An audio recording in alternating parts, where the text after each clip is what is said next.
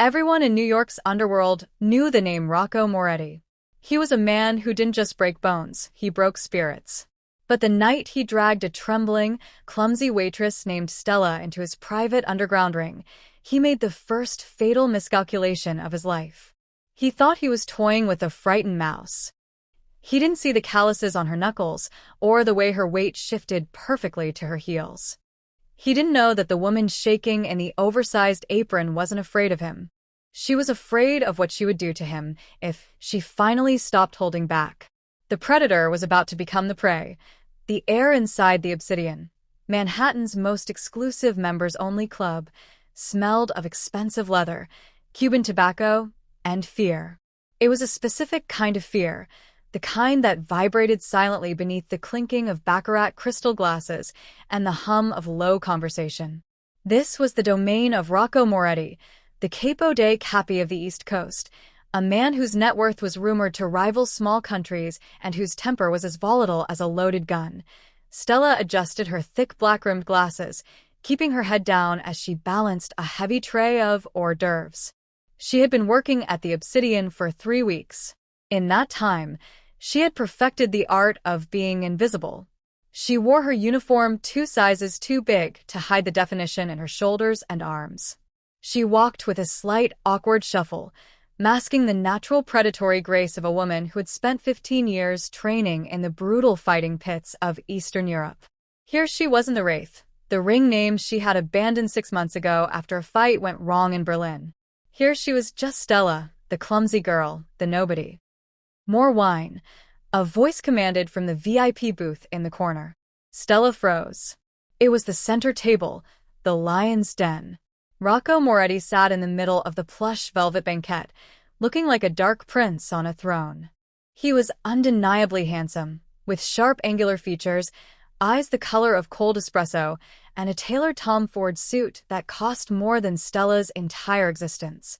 But there was a cruelty in the set of his jaw that warned people to keep their distance. Surrounding him were his lieutenants, Luca, a massive man with a scar running down his neck, and a visiting associate from the Chicago outfit named Victor. I said more wine. Victor snapped, slamming his hand on the table. Stella hurried forward, clutching a bottle of 1996 Chateau Margaux. Yes, sir. Right away. Her voice was soft, intentionally breathy and weak. She approached the table, her eyes fixed on the tablecloth. The cardinal rule of her new life was simple.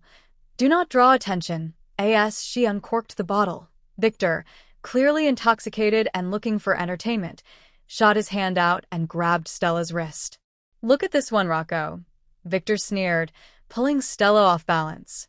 Pretty face hidden behind those ugly glasses. Why do you hire such frumpy staff in a place like this? The wine bottle wobbled in Stella's hand. Her instinct, honed by thousands of hours of combat, screamed at her. Snap the wrist. Pivot. Elbow to the temple. She forced the instinct down, letting herself stumble instead. Please, sir, let go. Victor, leave the help alone, Rocco said, though he didn't look up from the folder of documents he was reading. His voice was bored, indifferent. He didn't care about Stella's safety. He cared about the noise. Just having fun, boss. Victor laughed, yanking Stella harder. Come here, sweetheart. Take those glasses off. The sudden jerk caused the wine bottle to tilt. Red liquid, thick and dark like blood, splashed out of the bottle. It missed the glass entirely and cascaded directly onto Rocco Moretti's pristine white dress shirt and the lapel of his charcoal suit jacket. The music in the club seemed to stop. Every conversation within a 30-foot radius died instantly. Victor released Stella's wrist as if it were burning hot. He paled. Rocco slowly closed the folder. He looked down at the spreading red stain on his chest, then slowly raised his eyes to meet Stella's. For the first time, Stella looked directly at him.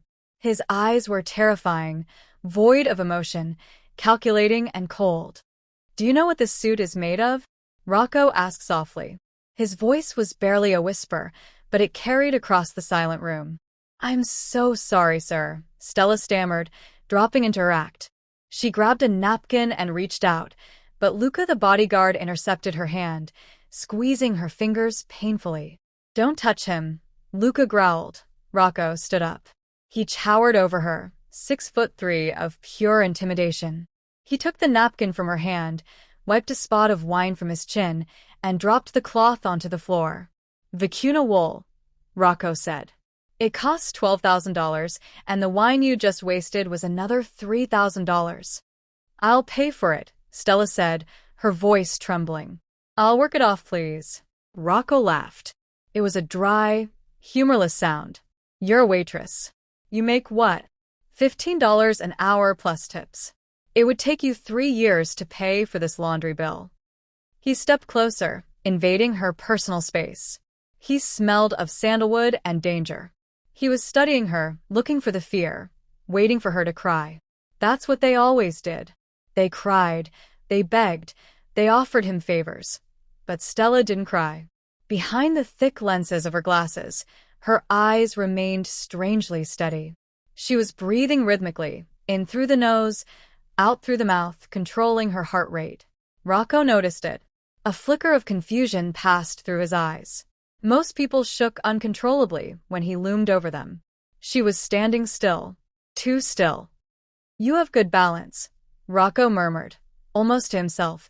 He suddenly lashed out, a backhand slap aimed purely to humiliate her, to knock the glasses off her face. It wasn't a lethal strike, just a disrespectful one. It happened in a fraction of a second. Stella didn't think. Her body betrayed her. Before his hand could connect with her cheek, her head slipped to the left, a microscopic movement, a slip in boxing terms, and her left hand shot up to check his forearm, redirecting the energy of his blow harmlessly into the air. Silence. Rocco's hand hovered in the empty space where her face had been a millisecond ago. He looked at his own hand, then back at her. Stella realized her mistake instantly. She immediately hunched her shoulders, looking at the floor. I flinched. "I'm sorry." Rocco wasn't buying it. The boredom in his eyes had vanished, replaced by a sharp, predatory curiosity. He had thrown that slap with the speed that had taken down rival hitmen. A clumsy waitress doesn't dodge Rocco Moretti by accident. He grabbed her chin, forcing her to look at him. "You didn't flinch," he whispered. "You slipped the jab." He released her and turned to Luca. "Clear the room. Everyone out." "Now, boss." Luca asked, confused. "I said everyone out," Rocco roared. As the terrified patrons scurried toward the exits, Rocco turned back to Stella, unbuttoning his wine-stained jacket and tossing it onto the leather seat. He rolled up the sleeves of his white shirt, revealing forearms corded with muscle and covered in tattoos. "You owe me $15,000, Rocco said, his voice dropping to a dangerous purr. "And since you can't pay with money, we're going to negotiate a different form of payment." Stella took a step back. "I don't do that kind of thing, sir." Rocco smirked. "Get your mind out of the gutter. I don't want your body in my bed. I want to see what you're hiding under that apron." He pointed to the heavy iron door at the back of the VIP room. "Downstairs. The gym. If you can last 3 minutes in the ring with me without getting knocked out, I'll forget the debt. I'll even give you a tip." Stella's heart hammered against her ribs. The gym, the ring. It was the one place she couldn't go. If she fought, she would reveal herself. If she revealed herself, the people hunting her would find her. "And if I refuse?" she asked quietly. Rocco pulled a silver lighter from his pocket and flicked the lid open and closed. Clink, clink. "Then Victor here takes you out to the alley and teaches you a lesson about respecting your betters. And trust me, Victor doesn't know when to stop." Stella looked at Victor, who was cracking his knuckles, with a sadistic grin. Then she looked at Rocco. The arrogant kingpin thought he was challenging a waitress to a humiliating beatdown to blow off some steam. He thought he was the shark in the tank. Stella slowly untied her apron. She took off her glasses, folding them neatly and placing them on the table. Without the frames, her eyes were striking, piercing green, sharp as cut glass. 3 minutes, she said, her voice no longer trembling. It was flat, cold, and composed. Rocco's smile widened, but there was a flicker of doubt in his gut he couldn't explain. 3 minutes, sweetheart. Try not to die. The basement of the Obsidian was a stark contrast to the velvet luxury above, a cavernous space of exposed brick and concrete, reeking of stale sweat, iron, and bleach. In the center stood a regulation-sized boxing ring, its canvas stained with faint dark patches that no amount of scrubbing could erase. This was where the Moretti family settled disputes that money couldn't solve. Rocco stepped into the ring, bouncing lightly on the balls of his feet. He moved with fluid confidence, a trained brawler, strong, aggressive, accustomed to winning through intimidation. Luca stood nervously by the bell while Victor leaned against the ropes, tumbler of scotch in hand, laughing. 500 says she cries in 30 seconds, Rocco. Make it 1,000, Rocco replied, eyes fixed on Stella. Come on, get in. Stella had shed her oversized waitress uniform, revealing a simple gray tank top and black leggings. Her arms were slender, yet densely muscled. Barefoot, she stepped onto the canvas, feeling the familiar texture awaken old instincts. Adrenaline surged, the drug she'd been clean from for 6 months. The phantom was stirring. Control, she told herself. Survive. Defend. Make it look like luck. Gloves, she asked. Bare knuckle, Rocco said, raising his fists. Unless you're scared. He was provoking her, wanting anger, sloppiness. Stella walked to the center, hands open in a deceptively amateur Muay Thai guard, palms forward, ready to catch and trap. Time. Lucas slapped the canvas. Rocco lunged with his straight right aimed at her jaw, meant to end it instantly. Stella saw the telegraph in his shoulder. She could have countered lethally, but chose the minimum. A frantic duck that looked like panic. His fist sailed past, slippery. Rocco grunted, swinging a heavy left hook. Stella stumbled back intentionally, falling against the ropes. The hook missed by an inch. Get up. Stop running. Rocco barked, enjoying the chase. Stella scrambled up, voice quivering. I can't do this. 2 minutes left, Victor jeered. Ruin the face. Rocco cornered her, unleashing body shots. Stella covered up, elbows tight, the shell defense. To him, she looked cowering. In reality, she absorbed every blow on forearms and elbows, protecting her vitals. One punch grazed her cheekbone, splitting skin. Blood trickled. The sight darkened Rocco's eyes. He wound up for a massive haymaker, exposing his midsection. Instinct took over. Stella dropped her level, pivoted, and drove a precise upward fist, not full power, into his solar plexus. Thud. A sickening, wet sound. Rocco's eyes bulged. Air exploded from his lungs. He staggered, clutching his chest, face purpling, gagging as his diaphragm seized. Silence fell.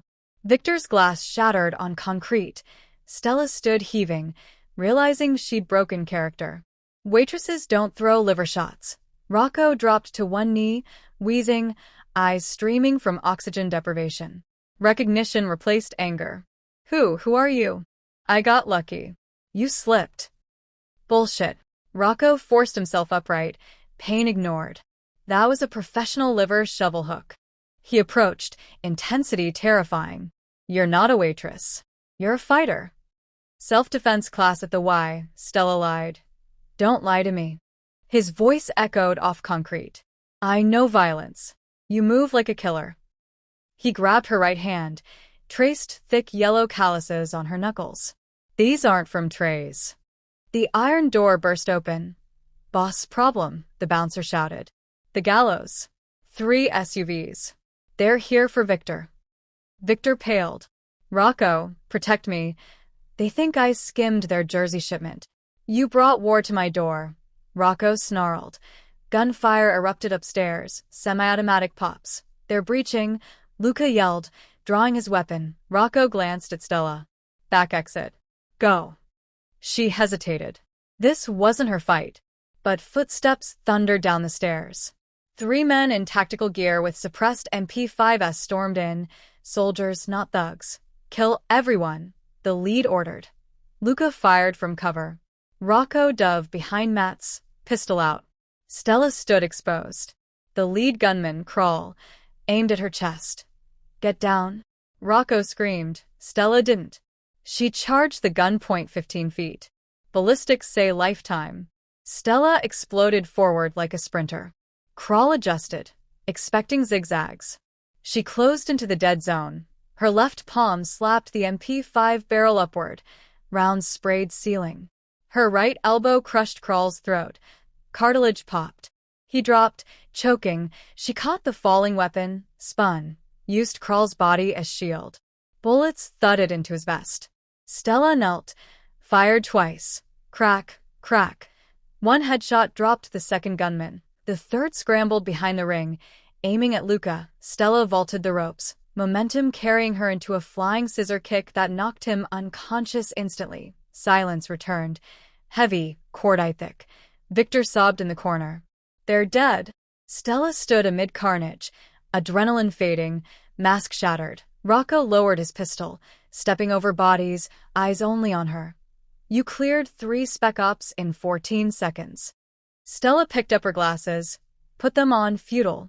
The costume was gone. We need to leave, she rasped. Cleanup crew's coming. They'll burn it down. Rocco nodded. Luca, car out back. Victor wailed. He couldn't walk. Rocco slapped him. Walk or die. They moved to the alley exit. Stella took point, gun ready, clearing corners. Rocco noticed her shoulder tattoo. A black knight, through torn fabric, Berlin. The Iron Pit. The Phantom. 5 million bounty. Fascination replaced fear. The clumsy waitress was the deadliest woman he'd ever met, and the only reason he was still breathing. The safe house was no ordinary refuge. A fortified penthouse perched on the 90th floor of the Steinway Tower, commanding a panoramic view of Central Park far below. Bulletproof polycarbonate windows, reinforced concrete walls, and an elevator secured by retinal scanned transformed the space into an aerial fortress, untouchable, invisible, and cold. Lucas slumped onto the leather sofa, blood seeping steadily from a shallow graze across his forearm. Victor bolted to the bar, hands trembling so violently that ice clinked loudly against the glass as he poured himself a double scotch. Rocco paced the polished marble floor like a caged predator, raw kinetic energy radiating from every step. Stella remained by the floor-to-ceiling window, gun still in her lowered hand, her body streaked with grime, sweat, and drying blood. Barefoot and bruised, she looked utterly alien amid the ultra-modern luxury, chrome accents, minimalist furniture, and abstract art worth more than most people's homes. Put the gun down, Rocco ordered, turning to face her. You're safe here. Safe is relative, Mr. Moretti, Stella answered, her voice calm and edged with steel. You have a leak. The gallows knew your exact location and who was with you. That means someone in your inner circle sold you out. Victor choked on his drink, coughing violently. Don't look at me. I almost died back there.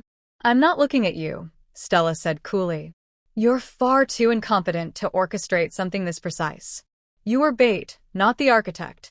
Rocco narrowed his eyes, studying her with fresh intensity. You talk a lot for a mute waitress. He crossed to a polished mahogany side table and tossed her a clean white towel. Clean yourself up. You're still bleeding. Stella caught the towel midair, but made no move to wipe the drying blood from her split cheekbone. I need to leave. Debt settled. Life saved. We're even.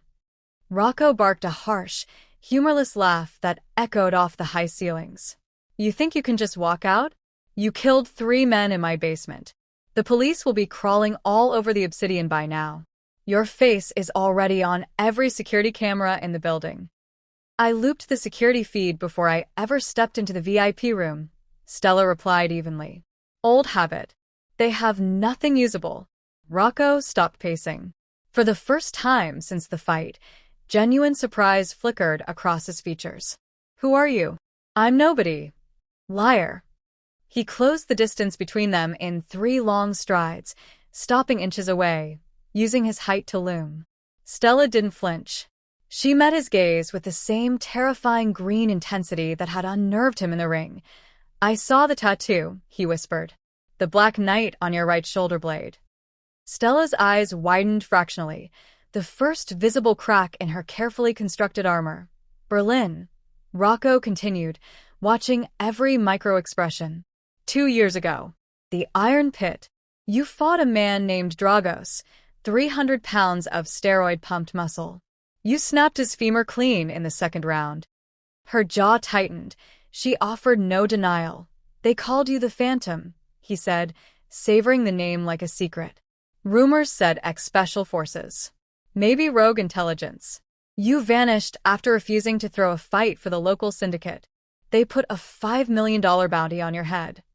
He leaned in closer, lips brushing the shell of her ear. Is that why you're hiding here in New York? Thick glasses, oversized uniform, clumsy act, spilling wine on $12,000 suits? Because half the European underworld still wants you dead. Stella shoved him back with sudden, controlled force, enough to make him stumble 2 steps. You don't know what you're talking about.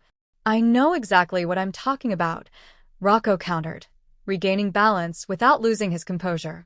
And I know that if I make one phone call to my contacts in Berlin, a hit squad will be on a plane within the hour to collect that bounty. Stella raised the gun in one fluid motion, barrel steady. Don't threaten me, Rocco. I'm not threatening you, he said, raising both hands in mock surrender. I'm offering you a job. She blinked, the pistol unwavering. What job? The gallows broke the truce. They came into my house. This is war now. I have soldiers. I have hitmen. I have muscle like Luca. He gestured toward her. But I don't have you. I need someone who sees moves before they happen. Someone who can clear a room of 3 Spec Ops mercenaries in 14 seconds.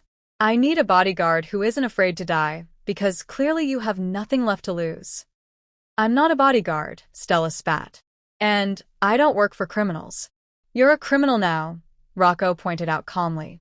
3 bodies in my basement. Your past is bloodier than anything I've done. He walked to the bar, poured a tall glass of water, and held it out to her. Here's the deal, Stella, or whatever your real name is. You stay. You help me crush the gallows. You protect my back until this war is over. And in return, Stella eyed the water. Her throat was parched from smoke, exertion, and adrenaline crash. In return, Rocco said, locking eyes with her, intensity burning, I wipe your slate clean. I have people inside Interpol. I have hackers who can scrub every database that still carries your name. I can make the bounty disappear. I can give you your life back, a real life, not this shadow existence you've been living. Stella hesitated. Freedom. No more looking over her shoulder. No more clumsy waitress mask. No more running from city to city, name to name. How do I know I can trust you? She asked quietly. You can't, Rocco admitted with brutal honesty. But right now I'm the only option you have. Walk out that door, and you're alone against the gallows, the NYPD, and every bounty hunter from Berlin to Moscow. Stay here. You're under the protection of the Moretti family. She studied the gun in her hand, then looked at him, really looked. She was exhausted from years of hiding, of pretending, of surviving alone.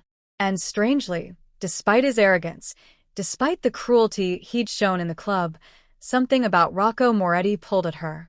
He had seen her. Not the waitress. Not the victim. The real her. She engaged the safety with a soft click and placed the pistol on the glass table. If you cross me, she said, voice dropping to a lethal whisper, I won't break your leg. I'll stop your heart. Rocco smiled, not the smirk of a bully, but the slow, satisfied smile of a king who had just found his queen. I'm counting on it, he murmured. Victor's phone buzzed sharply on the bar counter. He snatched it up, read the screen, and turned deathly pale. Rocco, he stammered. The news, it's everywhere. Rocco grabbed the remote and flicked on the massive flat screen. Breaking news banners scrolled across the bottom. Massacre at exclusive Manhattan club. Rocco Moretti named person of interest. Police also seeking unidentified female, believed to be a waitress and possible accomplice. The footage cut to a grainy traffic camera still. 2 figures running into an alley. Rocco and Stella.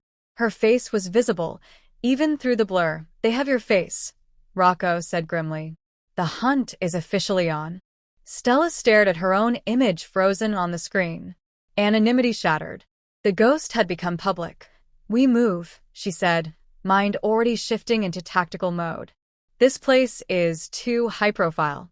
If the police know, the gallows know. I have a villa in the Hamptons, fortified, private." "Too obvious," Stella countered. "They'll expect you to go to ground in a fortress. We need somewhere they won't look. Somewhere public, but invisible." "Where?" "My apartment in Queens," she said, a spark of challenge in her eyes. "It's a dump. No security. No doorman. Nobody knows it exists." Rocco glanced down at his ruined $3,000 shoes, then at the dirt and blood streaking her leggings.